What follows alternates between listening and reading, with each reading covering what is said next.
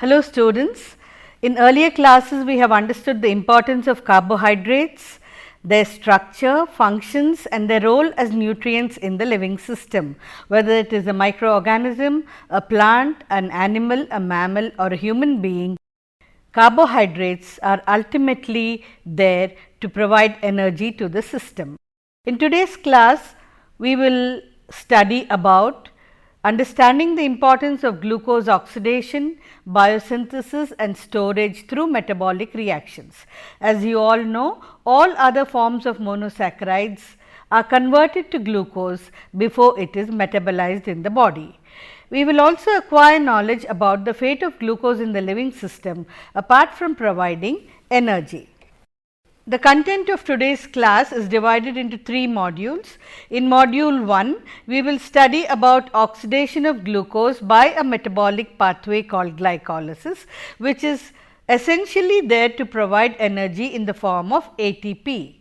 In module 2, we will understand how we can synthesize glucose from non-carbohydrate sources when glucose is not being available through the diet, and this process is known as gluconeogenesis. In module 3, we will understand how glucose can be stored in the body as well as broken down by 2 different pathways. Whenever there is excess, it is stored and the process is known as glycogenesis, and whenever there is a shortage, it is broken down and the process is known as glycogenolysis.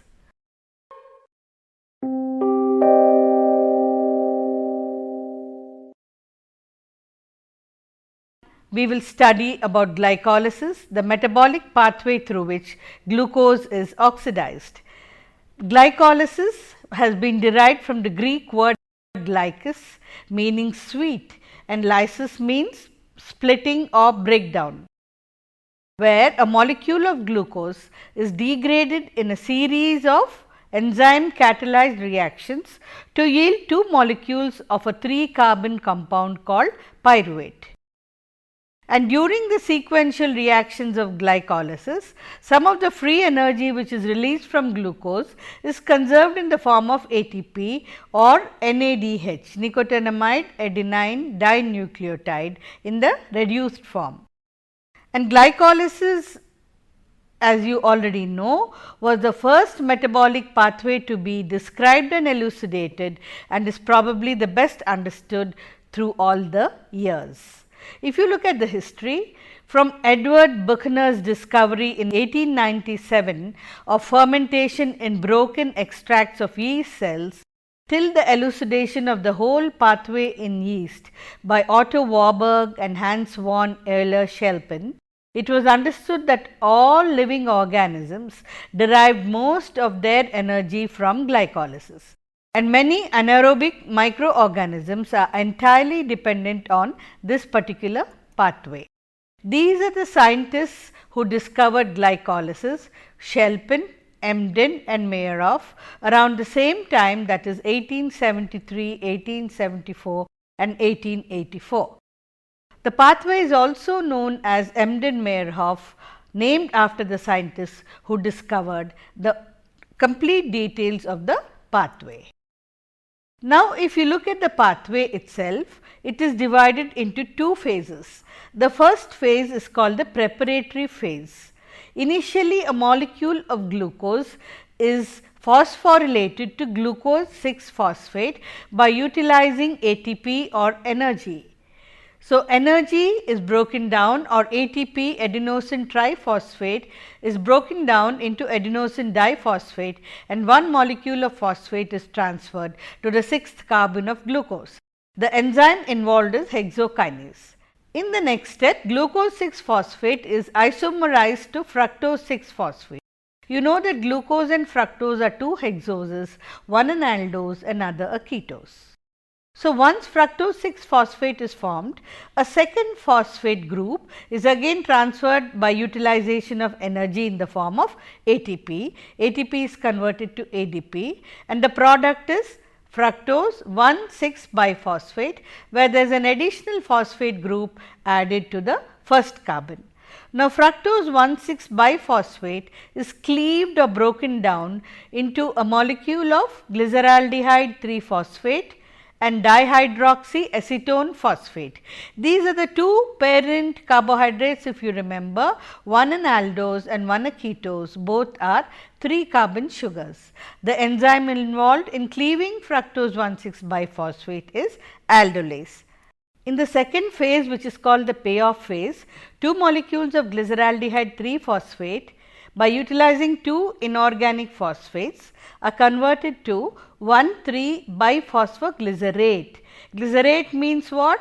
Means it has a COOH instead of a CHO, which is an aldehyde. So, in essence, glyceraldehyde is converted to glycerate. So, 1,3 biphosphoglycerate is formed. And then in the next step, the first phosphate on the first position is cleaved off and you get 2 molecules of 3 phosphoglycerate. And then by utilization of a mutase, 3 phosphoglycerate is converted to 2 phosphoglycerate. In the next step, an enolase enzyme aids in converting 2 phosphoglycerate to 2 molecules of phosphoenol pyruvate. It is at this stage that the second ATP molecule is formed because of breaking down of the second phosphate group and you have 2 molecules of pyruvate. The first ATP was formed when 1,3 biphosphoglycerate was converted to 3 phosphoglycerate. There also 2 molecules of ADP have received 2 phosphate molecules to form 2 ATP molecules. So, the net amount of ATP derived from glycolysis is 2 ATPs, because 2 were utilized, 4 were formed, and 2 minus 2 is 2 is the net ATP formation in glycolysis. If you look at the ATP formation coupled to glycolysis, you can derive that during glycolysis some of the energy of glucose is conserved in ATP, which remains in the product pyruvate. So, the overall reaction will be 1 glucose molecule utilizing 2 NADs and 2 ADPs and 2 inorganic phosphates to yield 2 pyruvates, 2 NADH, 2 hydrogens, 2 ATPs and 2 water molecules. To summarize, glucose plus 2 NAD will give 2 pyruvate and 2 NADs and 2 hydrogens. So, what happens to the pyruvate after glycolysis? It can go into 3 different pathways. One is it can be fermented to lactate in the muscle if the individual is involved in vigorous exercise. So, there the lactate is converted to energy, which is required by a vigorously exercising individual. Otherwise, it is stored to be reformed into pyruvate when energy is not required. In yeast, pyruvate can be fermented to ethanol. In all living organisms, including humans, the main pathway of conversion is for pyruvate to be formed into acetyl-CoA, and this acetyl-CoA, as we all know, enters the citric acid cycle or the tricarboxylic acid cycle for further respiration and energy formation. We have already studied in detail about the citric acid cycle. Now, this slide shows you how glucose can be shunted into different pathways which I just described, that is fermentation to alcohol in yeast or formation of acetyl-CoA and entering the citric acid cycle, or conversion to lactate in the muscle when instant energy is required.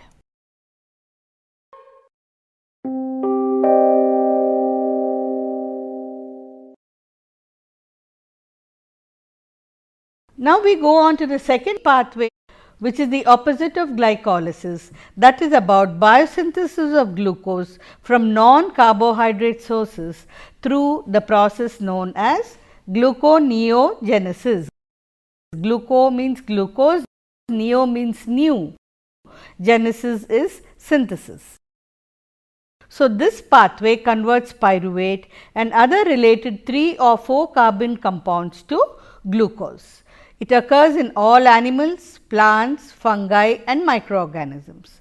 So, the reactions are essentially the same in all tissues and all species. The important precursors of glucose in animals are lactate, pyruvate, glycerol as well as certain amino acids.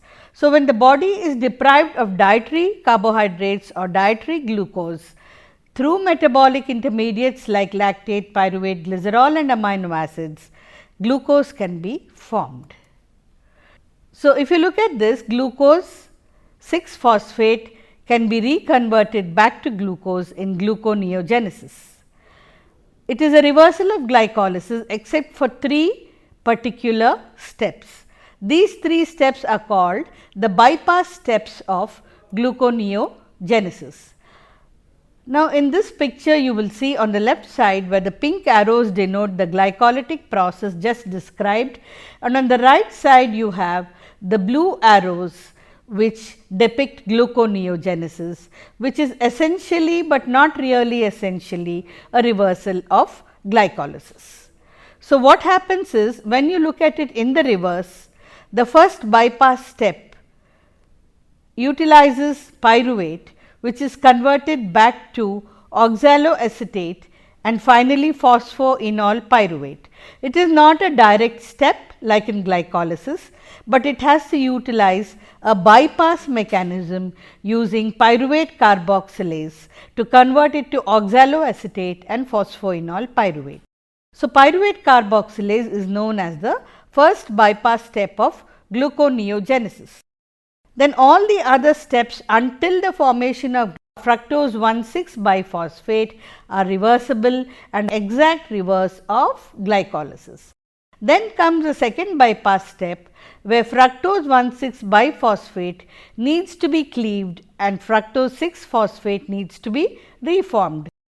Here a second bypass enzyme called fructose 1,6 biphosphatase will cleave off the number 1 position phosphate to form fructose 6 phosphate. In the next step again fructose 6 phosphate is converted to glucose 6 phosphate in a reversible reaction.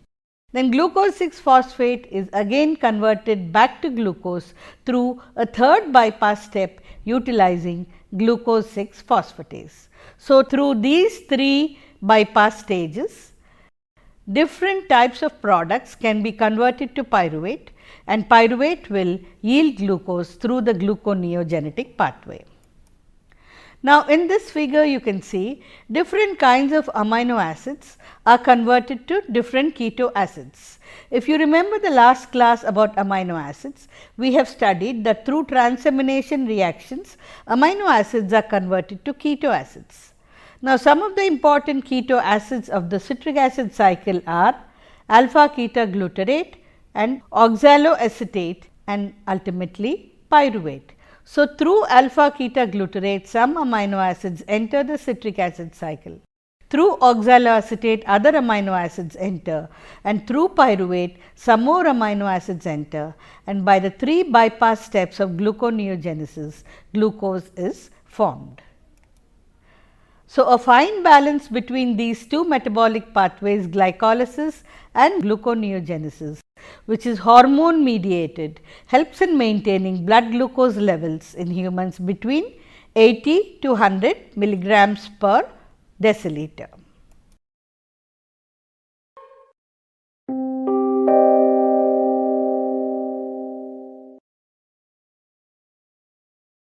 Now, coming to module 3, where we study about storage and breakdown of glucose by 2 pathways, glycogenesis and glycogenolysis.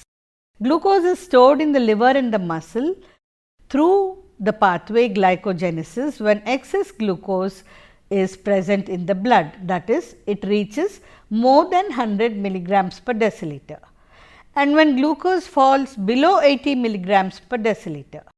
The glucose from the muscle as well as the liver is broken down through glycogenolysis. Now, let us see the detailed pathway of glycogenolysis. In the muscle, glycogen is present to provide quick source of energy either through anaerobic, that is absence of oxygen, or through the aerobic metabolism. It can be exhausted in less than an hour during vigorous exercise. So, when a person is exercising or doing aerobic exercise or running or cycling or on the treadmill, the muscle glycogen is supplying free energy. Then liver glycogen serves as a reserve of glucose to other tissues when it is not available from the diet. This is especially so for the neurons in the brain, which cannot oxidize fatty acids or any other form of energy supplying nutrient, because the brain specifically and exclusively requires only glucose. So, liver glycogen can be completely depleted in 12 to 24 hours. The mechanism for storing and breaking down of glycogen from liver and muscle are essentially the same, with subtle differences in the enzymes involved. So, glucose units one by one are broken down from glycogen and made available for glycolysis by the action of three principal enzymes: glycogen phosphorylase, glycogen debranching enzyme and phosphoglucomutase. Now, if you look at a chain of glucose molecules which is present in glycogen, you will see that the pink square in the picture represents the non-reducing end of the glycogen molecule. So, from the non-reducing end, one by one a glucose molecule is broken down. So, the moment the cleavage occurs from the non-reducing end, glycogen phosphorylase is the enzyme which helps to add a phosphate group to the first position of glucose, forming glucose 1 phosphate. A new non-reducing end is formed, which is again broken down in a similar manner. If you look at this picture, you can see two chains of glucose joined by an alpha 1,6 linkage. Individual glucose units from the non-reducing end are broken down. You can see 10 glucose molecules separated before you come to 3 molecules before the branch point shown in yellow. Now, these 3 glucose molecules are transferred to the second chain by a transferase or a debranching enzyme, and again they are broken down. Once it comes to the branch, a separate enzyme called amylo 1,6 glucosidase will break the branch, and this is how individual glucose 1 phosphate units are separated from glycogen. These glucose 1 phosphates are ultimately converted to glucose 6 phosphate by the third enzyme phosphoglucomutase. Now, coming to the last pathway, glycogenesis, the reactions in which hexoses are transformed to other hexoses or polymerized are always aided by sugar nucleotides, which are the activated forms of sugars. Unless a sugar is converted to a nucleotide, it cannot be incorporated into a polymer. So, the first carbon atom is attached to a phosphate group of a nucleotide. Normally, it is a UDP, uridine diphosphate, and this is done through a phosphodiester linkage. This is an irreversible reaction as there is a large free energy change. Now, you look at this glucose molecule attached through 2 phosphates to a uridine phosphate. This is called a UDP glucose, a sugar nucleotide. This is about the formation of a sugar nucleotide. You have a sugar phosphate, that is glucose 1 phosphate or glucose 6 phosphate. When it comes across a nucleotide triphosphate like a uridine triphosphate, 2 molecules of phosphate are transferred to the sugar phosphate and 2 phosphate molecules are released, which is called a pyrophosphate, which is ultimately converted into 2 inorganic phosphate molecules. So, a sugar is attached to the nucleotide through 2 more phosphates called a nucleotide diphosphate sugar. So, to initiate the glycogen synthesis, glucose 6 phosphate is converted to glucose 1 phosphate, and then glucose 1 phosphate is converted to UDP glucose. UDP glucose is an intermediate donor of glucose molecules to a growing glycogen chain, which is synthesized by glycogen synthase, which promotes the transfer of UDP glucose to a non-reducing end. UDP is released and glucose is attached to the glycogen chain. You always need a primed glycogen piece to add a sugar. You cannot add one glucose to another glucose and start off the glycogen chain. A branching enzyme adds the 1,6 bonds connecting one chain to another, which is also called amylotransglycosylase, similar to amyloglucosidase, which breaks down the branch. So, this picture shows how a uridine diphosphate sugar is attached to a growing glycogen molecule by the release of a UDP on the non-reducing end.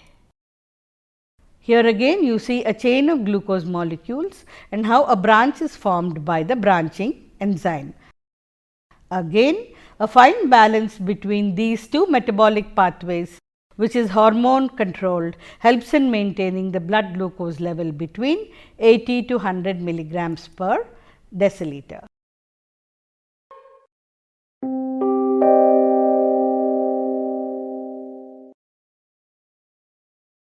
To summarize, glucose occupies a central position in the metabolism of plants, animals and many microorganisms. It is rich in energy and is a good source of fuel or energy. By storing glucose as a high molecular weight polymer such as starch or glycogen, starch in plants and glycogen in animals, a cell can stockpile large quantities of exose units just like you store money in a bank, while it maintains a relatively low cytosolic osmolarity. And when energy demands increase, glucose can be released from these intracellular storage polymers like glycogen and used to produce ATP either anaerobically or aerobically. Glucose is not only an excellent fuel, it is also a remarkably versatile precursor capable of supplying a huge array of metabolic intermediates for biosynthetic reactions. In animals and vascular plants, glucose has 4 major fates as we have seen. Excess glucose may be stored as a polysaccharide by a process known as glycogenesis. Dietary glucose can be oxidized through the 3 carbon compound pyruvate via glycolysis to provide ATP and other metabolic intermediates, or stored glucose can be released from the liver by the metabolic pathway glycogenolysis. Glucose can also be synthesized from non-carbohydrate sources like amino acids, lactate, pyruvate or glycerol through gluconeogenesis. In this manner, the blood glucose level is always maintained between 80 and 100 milligrams per deciliter to keep the human body healthy. This balance of glucose in the human body is maintained through 2 principal hormones, insulin and glucagon. While insulin removes excess glucose from the blood and promotes uptake in the tissues, glucagon promotes new synthesis of glucose whenever the level falls below 80 milligrams per deciliter.